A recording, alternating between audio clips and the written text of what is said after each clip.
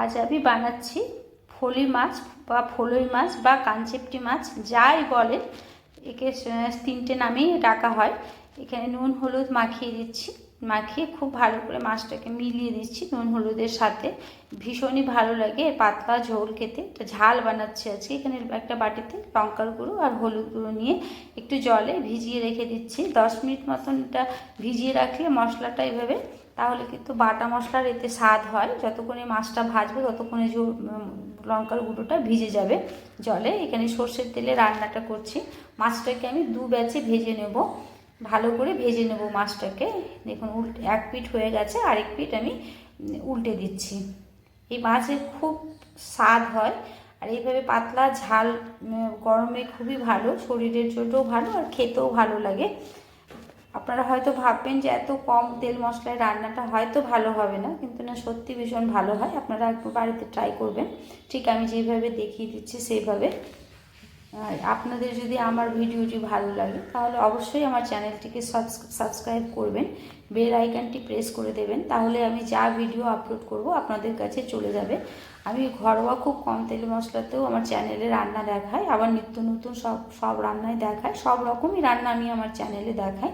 আপনারা যদি দেখতে চান তো অবশ্যই আমার চ্যানেলটিকে সাবস্ক্রাইব করে নেবেন, বেল আইকনটি প্রেস করে আমার পাশে থাকবেন, কমেন্ট করে দেবেন, লাইক করে দেবেন, শেয়ার করে দেবেন। মাছগুলো দেখুন ভাজা হয়ে গেছে দু ব্যাচে। এবারে উল্টে পাল্টে দেখুন খুব সুন্দর করে মাছগুলোকে ভেজে নিয়েছি। এবারে তুলে নেব। এই তেলেই রান্নাটা হয়ে যাবে, আর তেল দেবার দরকার নেই। কালো জিরে ফোড়ন দিলাম, এতে কালো জিরেটাকে ভালো করে ভেজে নিচ্ছি।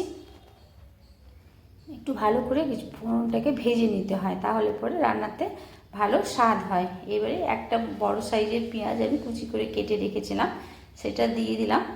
দিয়ে ভালো করে লাল করে পেঁয়াজটা ভেজে নিচ্ছি। ভালো করে পেঁয়াজটা ভেজে নিতে হবে, তবেই রান্নাতে কিন্তু স্বাদ হবে। প্রায় গোলাপি গোলাপি হয়ে গেছে পেঁয়াজটা ভাজা। এবারে এতে আমি মশলাটা গুঁড়ে রেখেছিলাম, শুধু লঙ্কার গুঁড়ো আর হলুদ গুঁড়ো দিয়ে দিলাম।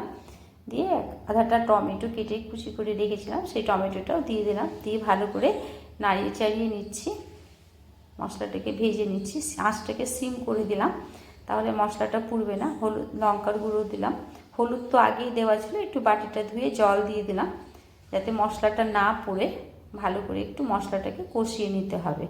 মশলা কিন্তু যতক্ষণ তেল না ছাড়ে ততক্ষণ কিন্তু মশলা কষিয়ে নিতে হয়। তেল ছেড়ে দিলে তারপরে জল দিতে হয়। এই দুটো কাঁচা লঙ্কা ফেলে দিলাম, মশলার সাথে ভেজে নিচ্ছি। এই কাঁচা লঙ্কার গন্ধটা আসবে ঝোলে, ভীষণই ভালো লাগবে খেতে। দেখুন তেল ছেড়ে দিয়েছে। এবারে মশলাটা প্রায় ভাজা কমপ্লিট। এতে জল দেব, যতখানি ঝোল খাবেন সেই হিসেবে দেবেন। খুব পাতলা ঝোলও এতে কিন্তু খুব ভালো লাগে খেতে।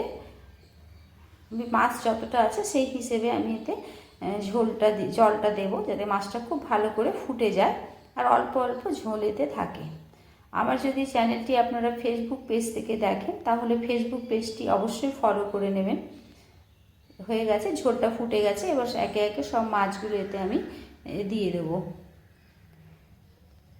এইভাবে করে মাছের ঝোল বানিয়ে গরম ভাতের সাথে এই গরমে পরিবেশন করুন, দেখবেন ভীষণ ভালো লাগবে খেতে, আর শরীরও ভালো থাকবে।